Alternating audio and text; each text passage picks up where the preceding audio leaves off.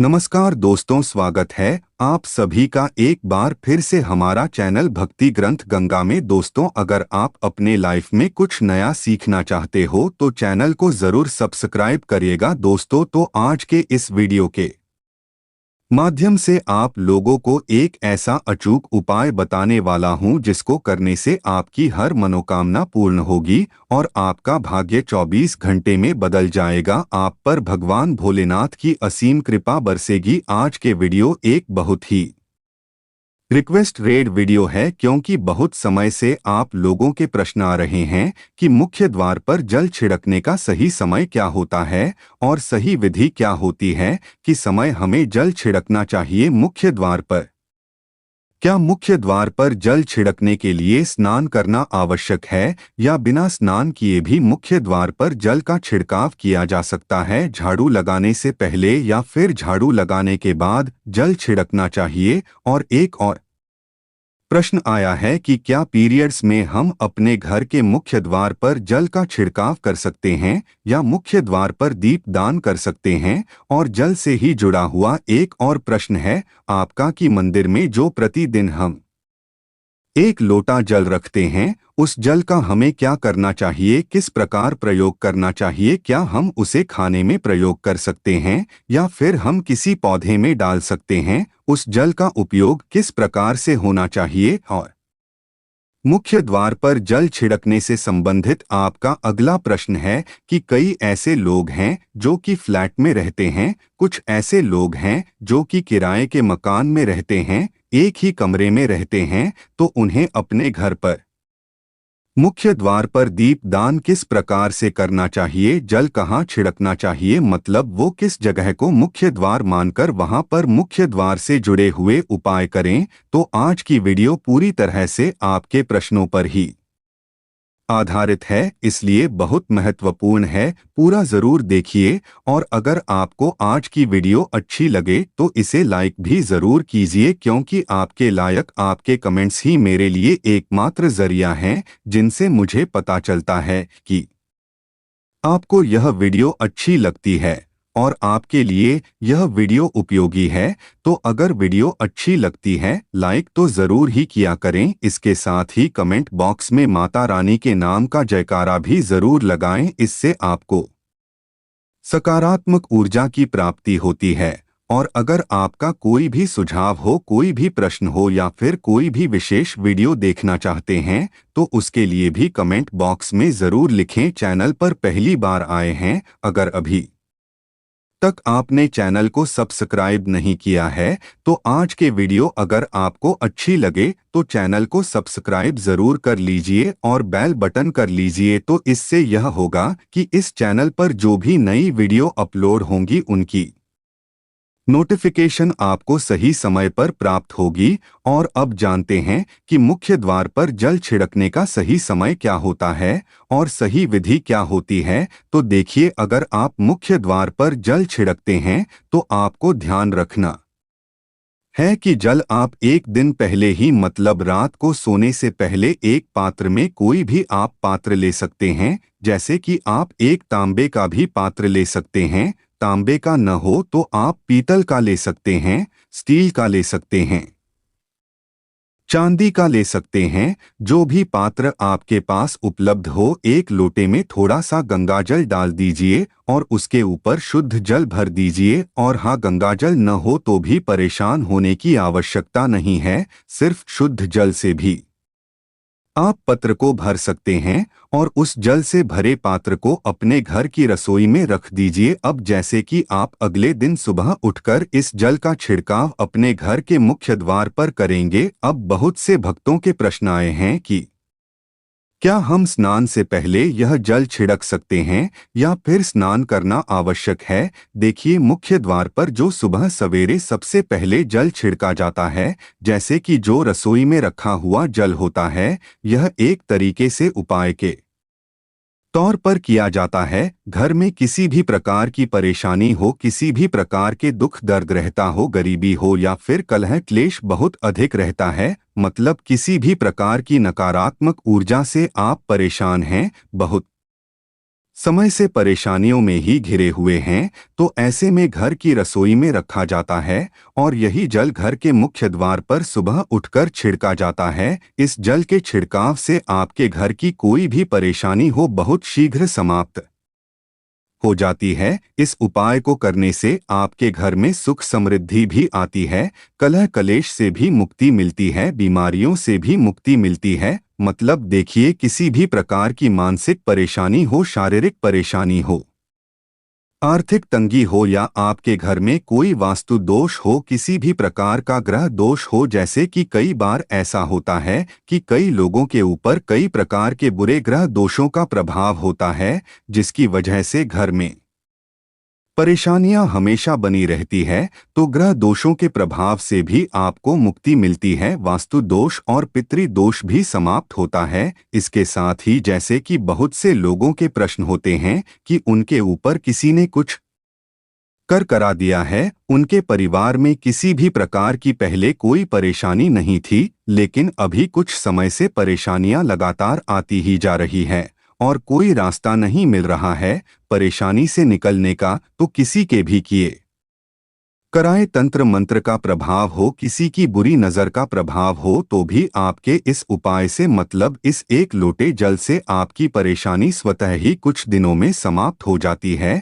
तो यह घर की सभी परेशानियों से मुक्ति पाने का रामबाण और सबसे सरल, सबसे आसान उपाय होता है, जो हमारे शास्त्रों में वर्णित है। तो आप अपने घर की रसोई में एक लोटा जल रखें रात में भरकर और प्रातःकाल जल्दी उठकर उसी जल से अपने घर के मुख्य द्वार पर छिड़काव कीजिए। अब जैसे कि बहुत से लोगों के प्रश्न आते हैं कि यह जल हमें किस समय अपने घर के मुख्य द्वार पर छिड़कना चाहिए, तो देखिए, सुबह सूर्योदय होने से पहले इस जल का छिड़काव आपके घर के मुख्य द्वार पर हो जाना चाहिए। आप चाहे इसके बाद आप शुद्ध जल से, मतलब किसी भी दूसरे जल से अपने घर के मुख्य द्वार को धोते हैं तो बाद में भी हो सकते हैं, कोई समस्या नहीं है। लेकिन इस जल का छिड़काव घर के मुख्य द्वार पर सूर्योदय होने से पहले हो जाना चाहिए। और अब जैसे आपका अगला प्रश्न है कि क्या हमें स्नान करके इस जल का छिड़काव अपने घर के मुख्य द्वार पर करना चाहिए या फिर बिना स्नान किए भी कर सकते हैं। देखिए, ये जो हम जल छिड़कते हैं, मतलब यह एक उपाय होता है, तो इसे हम स्नान करने के बाद नहीं करते हैं। सुबह जल्दी उठते हैं और उठकर सबसे पहले घर की रसोई में जाएंगे, उसके बाद उस जल को लेकर आप घर के मुख्य द्वार पर जाएंगे। मुख्य द्वार खोलकर, मतलब मेन गेट खोल दीजिए और उसके बाद मुख्य द्वार पर इसी जल का छींटा दीजिए, छिड़काव कर दीजिए। और जल का छिड़काव करते समय अपने पितरों का ध्यान कीजिए, माँ लक्ष्मी का ध्यान कीजिए, क्योंकि कहा जाता है कि सुबह सुबह माँ लक्ष्मी प्रत्येक द्वार पर आती है, सबके द्वार पर आती है। जिनके भी द्वार खुले होते हैं, जिनके घर में जल का छिड़काव मुख्य द्वार पर हुआ रहता है, उसके घर में प्रवेश कर जाती है। तो माँ लक्ष्मी का अपने मन में ध्यान कीजिए और एक तरह से प्रार्थना कीजिए कि है माँ लक्ष्मी, आप मेरे घर में प्रवेश करें, मैं आपका स्वागत करने के लिए तैयार हूँ। और इसके बाद अपने पितरों का ध्यान कीजिए, क्योंकि हमारे घर की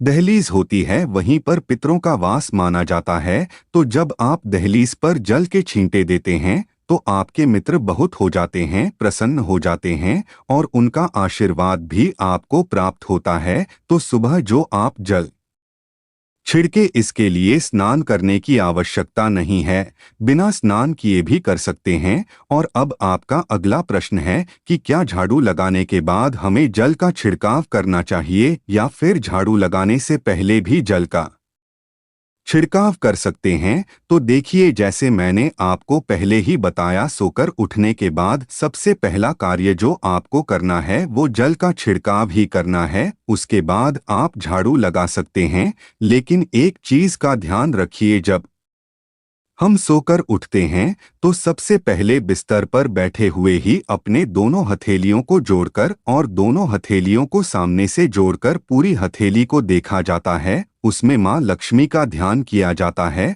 उसके साथ ही 5 देवताओं का ध्यान किया जाता है। पंचदेव देवता कौन कौन से होते हैं? माँ दुर्गा, भगवान शिव, भगवान श्री हरि, विष्णु, गणपति, गजानन और भगवान सूर्य देवता। पंच देवताओं का ध्यान हम अपने हाथों में ही करते हैं, हथेलियों में ही करते हैं। कराकर वास्ते लक्ष्मी, गंभीर सरस्वती, कर मुले तो गोविंदा। प्रभावी प्रदर्शन। हम इस मंत्र का उच्चारण आप चाहें तो कर सकते हैं, नहीं करते हैं तो भी कोई बात नहीं। अपने इष्ट देवता का और 5 देवताओं का ध्यान अपनी हथेलियों में कर लीजिए। उसके बाद दोनों हाथ जोड़कर सभी देवी देवताओं को प्रणाम किया जाता है और उसके बाद अपने हाथ से पृथ्वी का स्पर्श करते हैं, धरती को छूकर प्रणाम करते हैं 2 बार या 3 बार और उसके बाद अपना दाहिना पाँव पृथ्वी पर रखते हैं, धरती पर रखते हैं। उसके बाद ही बाकी के जो सभी कार्य होंगे वो उसके बाद ही किए जाएंगे। जल का छिड़काव आप उसके बाद ही करेंगे, मतलब सुबह उठने के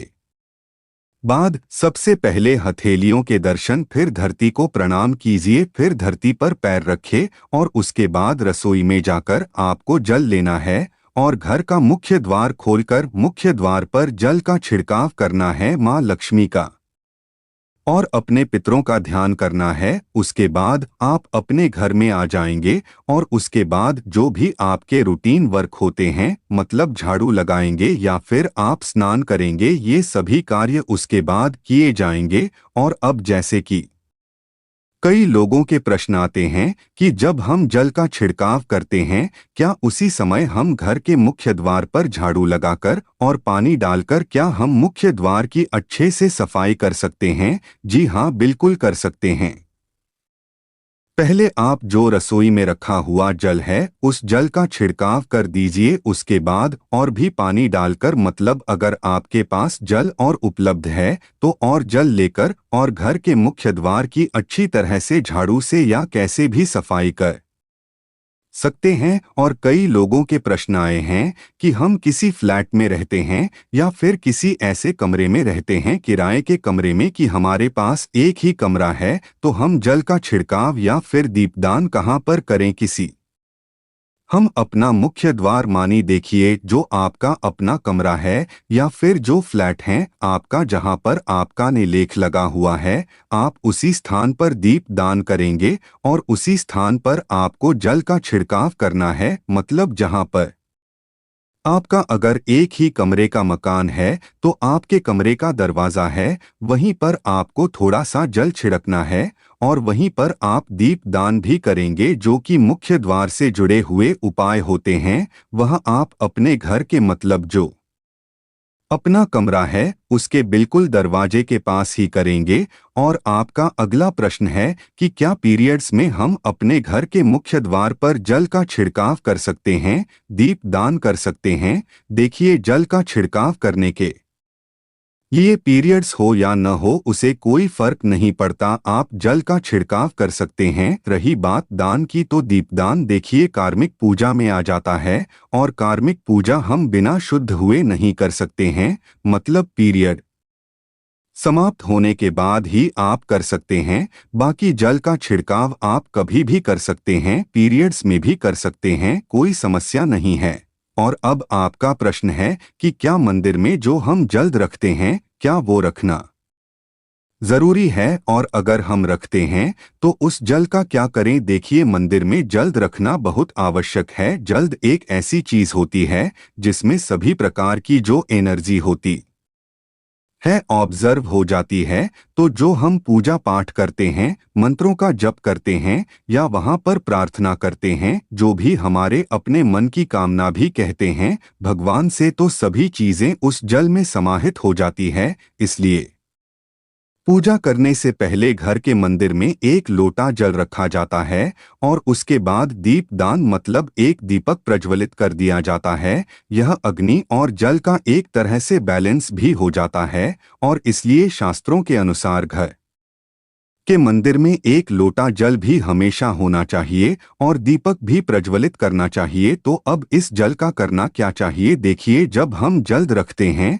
सुबह की पूजा में रखते हैं, मतलब सुबह जो हम पूजा करते हैं प्रातः कालीन पूजा, उस समय रखा जाता है और वह जल हम अगले दिन उठाते हैं, मतलब जब आप अगले दिन पूजा करने जाते हैं इत्यादि करने के बाद तो आप उस जल को उठाते हैं। सबसे पहले तो उस जल का प्रयोग सुन लीजिए, आप अपने घर के सारे कमरों में मतलब पूरे घर में उस जल का छिड़काव करते हैं, तो इससे आपके घर का शुद्धिकरण हो जाता है, क्योंकि वह बहुत ही पॉजिटिव एनर्जी से भरा हुआ जल होता है। उस जल का छिड़काव करने से किसी भी प्रकार की नकारात्मक ऊर्जा का प्रवेश आपके घर में नहीं होता। किसी भी प्रकार की परेशानी आपके घर में हो, अगर आप नियमित तौर पर उस जल का छिड़काव करें अपने घर में, तो निश्चित ही आप परेशानियों से मुक्ति पा जाते हैं। कि यह कराएं, तंत्र मंत्र के प्रभाव से मुक्ति पा जाते हैं। दूसरा, इसका उपाय आप कर सकते हैं,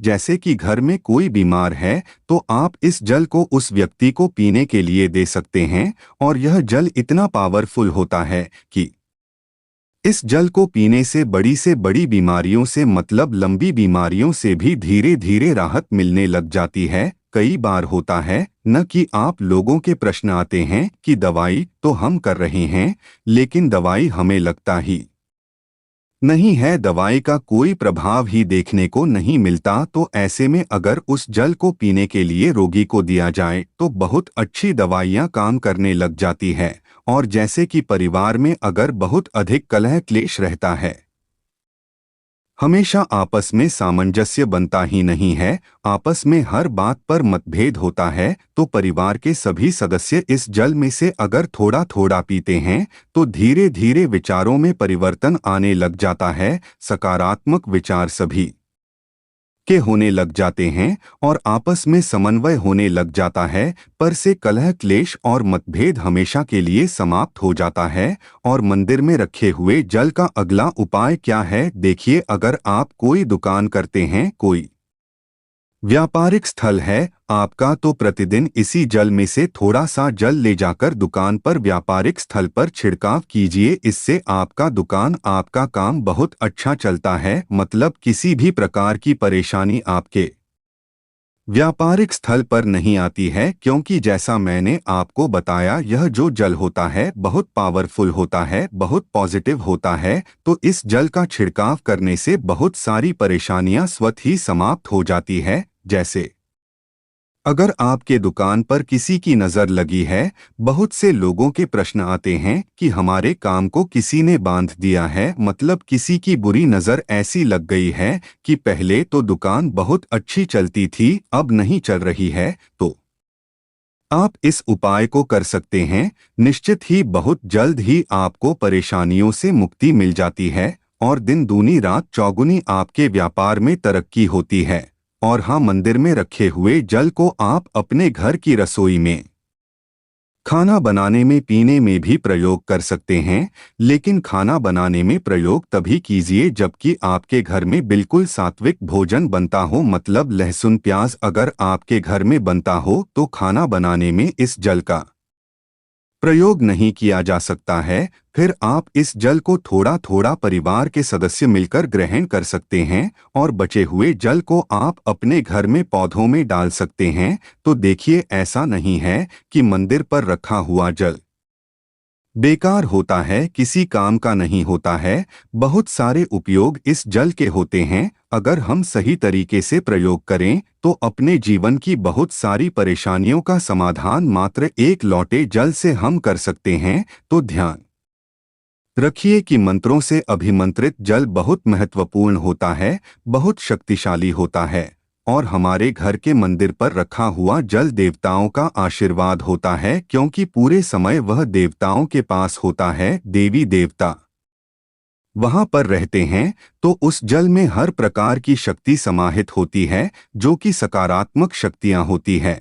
और इस जल का प्रयोग अगर हम सही तरीके से करते हैं, मतलब उसको पीने में करते हैं, खाना बनाने में करते हैं, घर में जल का छिड़काव करने में करते हैं, तो इससे हमारी समस्याओं का समाधान होता है। और अगर कोई भी कार्य नियमित तौर पर मतलब प्रतिदिन किया जाता है तो उसका हमें लाभ प्राप्त होता है। कभी कभी करेंगे तो निश्चित ही आपको उतना लाभ दिखाई नहीं देगा, लेकिन अगर आप नियम बना लेंगे कि हर रोज उसी जल से घर में छिड़काव करना है, घर में प्रत्येक व्यक्ति को थोड़ा थोड़ा पीने के लिए देना है, बचे हुए जल को पौधों में डाल दीजिए, दुकान पर छिड़क दीजिए, अपने घर के व्यापारिक स्थल पर छिड़काव कीजिए, बच्चों की बुक्स में, अपने घर की तिजोरी में, हर जगह इस जल का छिड़काव कीजिए और नियमित तौर पर कीजिए। चमत्कार आपको निश्चित ही देखने को डोट मिलेगा। इसी प्रकार से जो रसोई में रखा हुआ जल होता है, उसका छिड़काव अपने घर के मुख्य द्वार पर कीजिए तो इसका भी आपको लाभ बहुत ही शीघ्र दिखाई देगा, लेकिन इसे अपने रूटीन में शामिल करना होगा, प्रतिदिन नियम से यह कार्य करना होगा, तभी आपको लाभ देखने को मिलेंगे। और हाँ, कई लोगों के प्रश्न आते हैं कि मंदिर पर जो रखा हुआ जल होता है, तो जब हम अगले दिन उठाते हैं तो उसमें कई बार कुछ चीजें पड़ जाती है, कोई कीड़े मकोड़े पर जाते हैं क्योंकि खुला होता है, तो क्या हम उसे ढक सकते हैं? जी हाँ, बिल्कुल ढक सकते हैं। जब आप पूजा करते हैं सुबह के समय, तो जब तक पूजा कर रहे हैं, जब तक मंत्रोच्चारण कर रहे हैं, तब तक जल खुला रखिए और उसके बाद जैसे कि आप पूजा पर से उठते हैं तो उससे पहले जल को किसी भी प्लेट से या कटोरी से ढक दीजिए। फिर जब आप अगले दिन उस जल को उठाएंगे तो बिल्कुल शुद्ध और साफ सुथरा जल आपको मिलेगा और उस जल का प्रयोग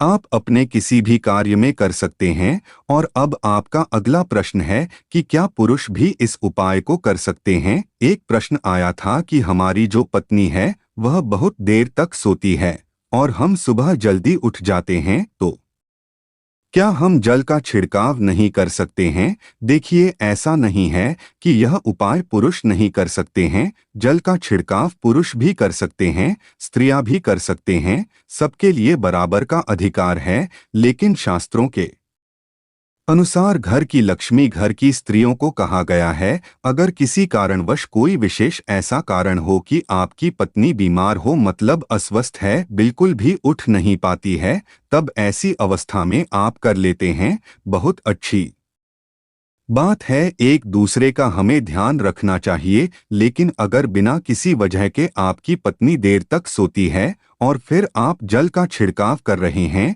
या फिर आप कितने भी उपाय कर रहे हैं, उसका आपको कोई लाभ नहीं मिलता है। क्योंकि देखिए, घर की लक्ष्मी अगर इतनी देर तक सो रही है तो आप बाहर से किसी भी लक्ष्मी का आह्वान नहीं कर सकते, क्योंकि ये तो बिल्कुल भी पॉसिबल नहीं हो सकता है न कि घर की स्त्रियां इतनी देर तक सोती है और फिर आप काम न करें कि आपके घर में मां लक्ष्मी का वास बना रहे। नहीं, ऐसा नहीं हो सकता है। और अब जैसे कि मान लीजिए कि अभी आपकी परिस्थिति बिल्कुल ठीक है, आपकी पत्नी बहुत देर तक सोती है, फिर भी आपके घर में लक्ष्मी की कृपा है, तो इसे आप अपने पिछले जन्मों का पुण्य कर्म समझिए। जैसे ही वो पुण्य कर्म समाप्त होंगे, वापस आप परेशानी में आ जाएंगे। आर्थिक स्थिति में आपकी परेशानियां बनी रहेंगी, क्योंकि सूर्योदय के बाद तक सोना किसी के लिए भी ठीक नहीं होता, चाहे वह पुरुष को, स्त्री हो, बच्चे हो, बुजुर्ग हो, किसी को भी सूर्योदय के बाद तक नहीं सोना चाहिए। लेकिन हाँ, अगर आपकी पत्नी बीमार है, किसी कारणवश 2-4 दिनों के लिए परेशानी है या पीरियड्स में है, आप चाहते हैं कि आप कर ले तो आप बिल्कुल कर सकते हैं। लेकिन प्रतिदिन नियमित तौर पर आपकी पत्नी को ही ये उपाय करना चाहिए। और आपका अगला प्रश्न है कि क्या कुंवारी लड़कियां अपने घर के मुख्य द्वार पर जल का छिड़काव कर सकती है? देखिए, जैसा मैंने आपको बताया, यह उपाय घर की लक्ष्मी के लिए बनाया गया है। अब घर की लक्ष्मी कौन होती है? घर की जो सौभाग्यवती स्त्रियां होती है, जैसे कि आपकी माँ हो गई, भाभी है, यह सब करती है। और हर घर की जो बड़े बुजुर्ग महिला होती है, अगर वह इस उपाय को करें तो और भी अच्छा होता है। तो घर की महिलाएं, घर की बहुएं इस उपाय को करें तो ज्यादा श्रेष्ठ होता है। लेकिन किसी कारणवश अगर वो नहीं कर पाती है, तो अगर आप घर में हैं, कुंवारी लड़कियां घर में हैं, तो आप लोग कुमारी लड़कियों से भी करवा सकते हैं। कुंवारी लड़कियां भी घर के मुख्य द्वार पर जल का छिड़काव कर सकती है, दीप दान कर सकती है, कहीं कोई समस्या नहीं है। लेकिन प्रयास यही करना चाहिए कि घर की जो हुए है वो इस उपाय को करें, और उनकी अनुपस्थिति में फिर कोई भी कर सकता है, कोई समस्या नहीं है। एक और प्रश्न आया था कि क्या विधवा स्त्री अपने घर के मुख्य द्वार पर जल का छिड़काव कर सकती है या फिर दीप दान कर सकती है? देखिए, आप अपने घर की मालकिन हैं, आप अपने घर में सोया ही सभी कार्य करती है, तो आप ही इस उपाय को करेंगी, कोई समस्या नहीं है। क्योंकि देखिए, आपके पति नहीं है लेकिन आपके बच्चे हैं, तो आप कहीं भी सुहागिन स्त्रियों से कम नहीं हैं। अपने घर के सभी कार्य खुद ही कर सकती है। जल का छिड़काव करना हो, दीप दान करना हो, पूजा आराधना करनी हो, मंदिर जाना हो या मंदिर से जुड़ा हुआ कोई उपाय करना हो, तो हमेशा ही आप लोगों के प्रश्न आते हैं कि क्या हम इस उपाय को कर सकते हैं, क्यों नहीं कर सकते हैं। आप सभी उपाय कर सकते हैं। और आपका अगला प्रश्न है कि घर के मुख्य द्वार पर दो दरवाजे हैं, मतलब दो तरफ दरवाजे हैं, या फिर एक ही लाइन में दो दरवाजे बने हुए हैं, तो जल का छिड़काव, दीपदान, यह हमें किस द्वार पर करना चाहिए, कौन सा मुख्य द्वार हमें मानना चाहिए? देखिए, अगर आपके घर में दो द्वार बने हुए हैं, दो जगह दरवाजे हैं, घर में मुख्य द्वार दो तरीके का बना हुआ है, तो ऐसे में आप जिस दरवाजे को बहुत ज्यादा प्रयोग करते हैं आने जाने में, वही आपका मुख्य द्वार होता है। कोई एक दरवाजा बंद रहता है, कोई एक दरवाजा बहुत ज्यादा खुलता है, तो जो दरवाजा बहुत ज्यादा खुलता है, बहुत ज्यादा प्रयोग किया जाता है, वही दरवाजा मुख्य द्वार माना जाता है, क्योंकि आप उसी को डोट प्रयोग कर रहे हैं हमेशा आने जाने के लिए भी या फिर किसी भी कार के लिए, तो वही आपका मुख्य द्वार हुआ। तो जो भी उपाय आप करेंगे उसी द्वार पर कर सकते हैं। वैसे आप चाहे तो जल का छिड़काव तो दोनों ही दरवाजे पर किया जा सकता है, बाकी दीपदान उसी दरवाजे पर करें जिसका प्रयोग आप बहुत ज्यादा करते हैं। क्योंकि देखिए, किसी भी प्रकार की ऊर्जा का संचार उसी द्वार पर होगा जिस द्वार को आप ज्यादा प्रयोग करते हैं, जिसे द्वार से आपका आना जाना होगा, लोगों का आना जाना होगा, वहीं पर ऊर्जा का संचार होता है। इसलिए उसी द्वार पर ऊर्जा को संयमित करने के लिए, सकारात्मक ऊर्जा का प्रवाह आपके घर में बना रहे, उस दरवाजे पर उपाय करना चाहिए। और आपका अगला प्रश्न है कि अगर हम घर के मंदिर में जल रखते हैं, तो क्या उसी जल का छिड़काव हम अपने घर के मुख्य द्वार पर कर सकते हैं? घर के मंदिर में जो रखा जाता है, हमारे देवी देवताओं का आशीर्वाद होता है, क्योंकि उसे देवी देवता ग्रहण करते हैं। पूरे 24 घंटे तक वह जल हमारे घर के मंदिर में रहता है, मंत्रों से अभिमंत्रित रहता है।